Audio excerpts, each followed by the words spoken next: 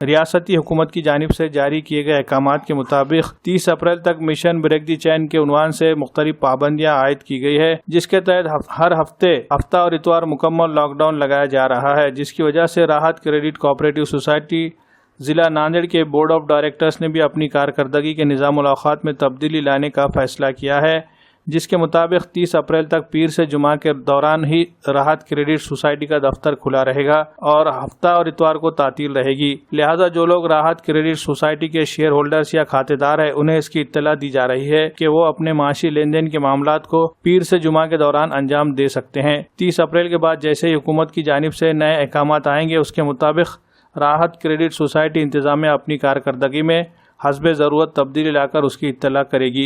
इस तरह का बयान राहत क्रेडिट कोऑपरेटिव सोसाइटी के chief executive officer Mohammad Ikramuddin ने दिया। स्टेट गवर्नमेंट ने जो लॉकडाउन का ऐलान की है और उसके साथ ये भी कहा है कि सैटरडे और संडे ये 2 दिन मुकम्मल बंद रहेगा मार्केट और सब तमाम चीज़ें। तो राहत क्रेडिट कोऑपरेटिव सोसाइटी के बोर्ड ऑफ डायरेक्टर ने भी ये फैसला लिया है कि 30 अप्रैल तक सोसाइटी के जो कामकाज के औकात रहेंगे, तो पीर से लेकर जुमा तक सोसाइटी सुबह 10:30 से 4:30 तक काम करेगी इंशाल्लाह। जुमा के दिन हम जो हाफ डे लेते थे, फुल टाइम रहेगा। और सैटरडे के दिन जो सोसाइटी काम करती थी, सैटरडे और संडे ये 2 दिन सोसाइटी बंद रहेगी। हमारे तमाम ही अकाउंट होल्डर और मेम्बरान से दरख्वास्त है कि ये 2 दिन सोसाइटी पे ना आए। पीर से लेकर जुमा तक 4:30 तक सोसाइटी काम करेगी। इन औकात में अपने विड्रॉल और डिपॉजिट वगैरह के लिए सोसाइटी से रुजू हो सकते हैं।